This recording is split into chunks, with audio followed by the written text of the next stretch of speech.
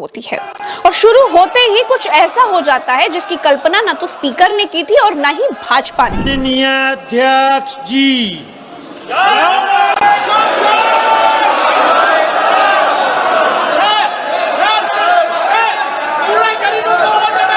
दोस्तों, पहली बार विपक्ष ने संसद में भाजपा को भाजपा की ही भाषा में जवाब दिया।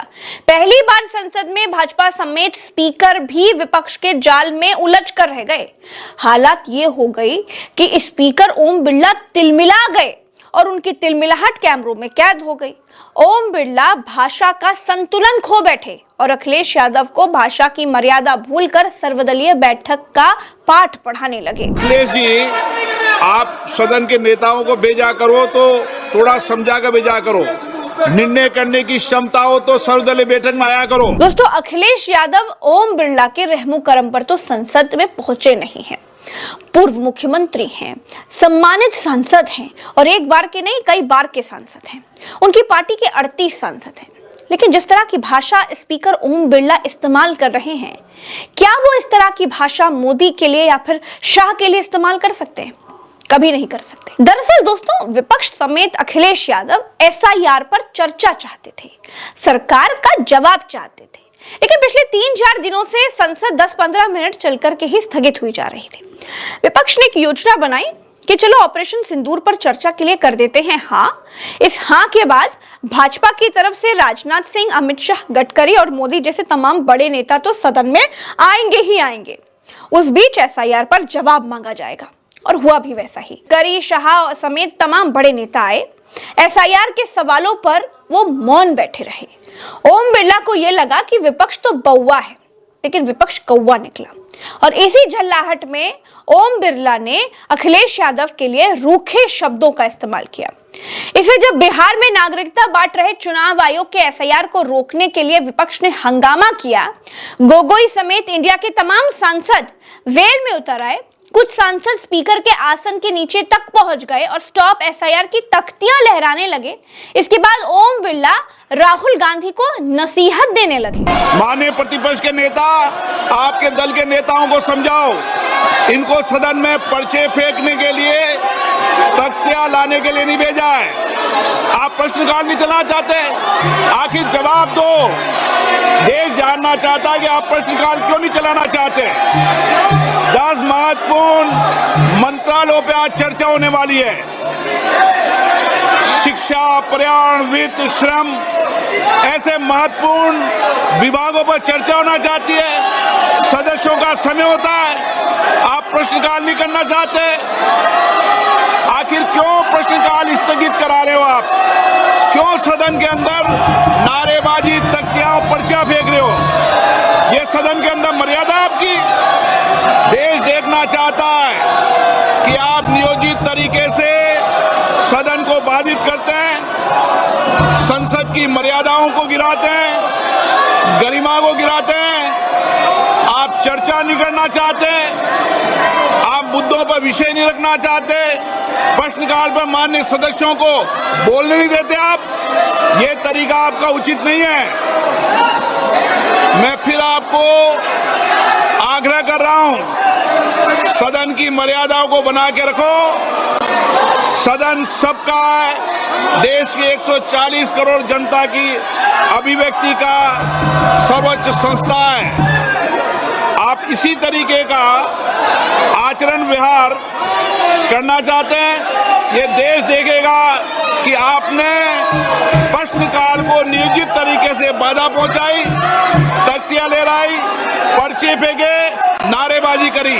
सदन की कार्रवाई आज 12 बजे तक के लिए स्थगित की जाती है। ओम बिरला ने नेता प्रतिपक्ष राहुल गांधी से कहा कि हंगामा करने वालों को समझाइए कि इन्हें सदन में पर्चा फेंकने और तख्तियां लाने के लिए नहीं भेजा गया है। दोस्तों, पहले की तरह होता तो ओम बिरला सांसदों को सस्पेंड कर देते, मार्शलों से उठवाकर शायद संसद से बाहर फेंकवा देते।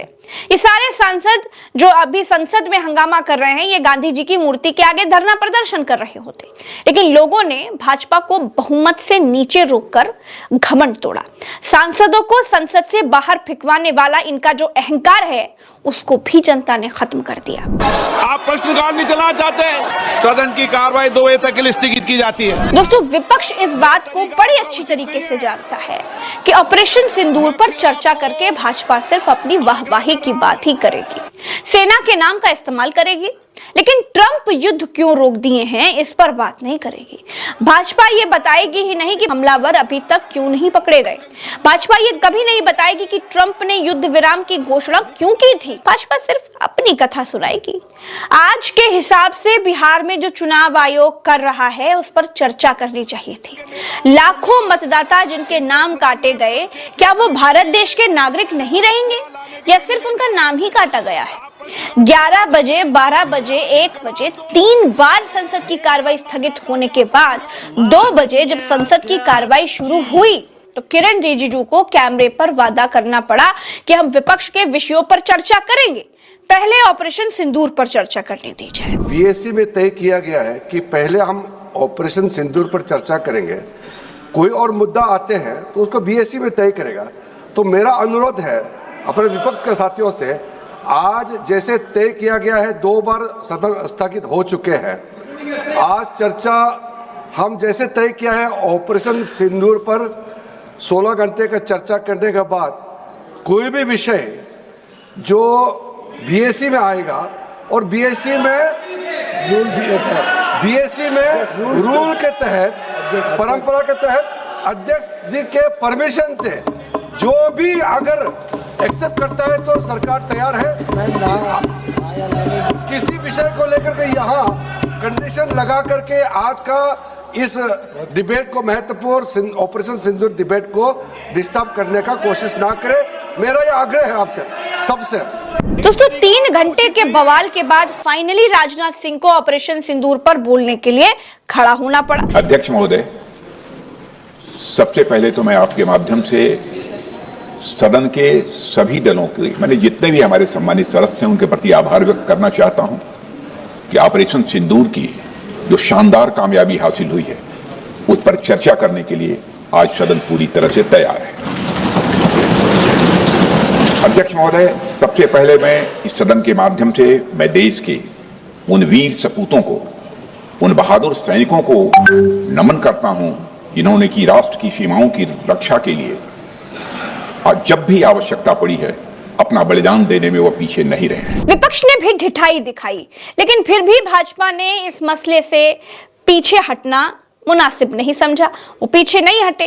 3 घंटे के बाद ऑपरेशन सिंदूर पर चर्चा होने दी। ऑपरेशन सिंदूर की चर्चा शुरू हुई, लेकिन नरेंद्र मोदी संसद में मौजूद नहीं थे। 16 घंटे तक ऑपरेशन सिंदूर पर ही चर्चा चलेगी। दोस्तों, फिलहाल मेरे साथ इस वीडियो में इतना ही। चैनल को अगर आपने सब्सक्राइब नहीं किया तो सब्सक्राइब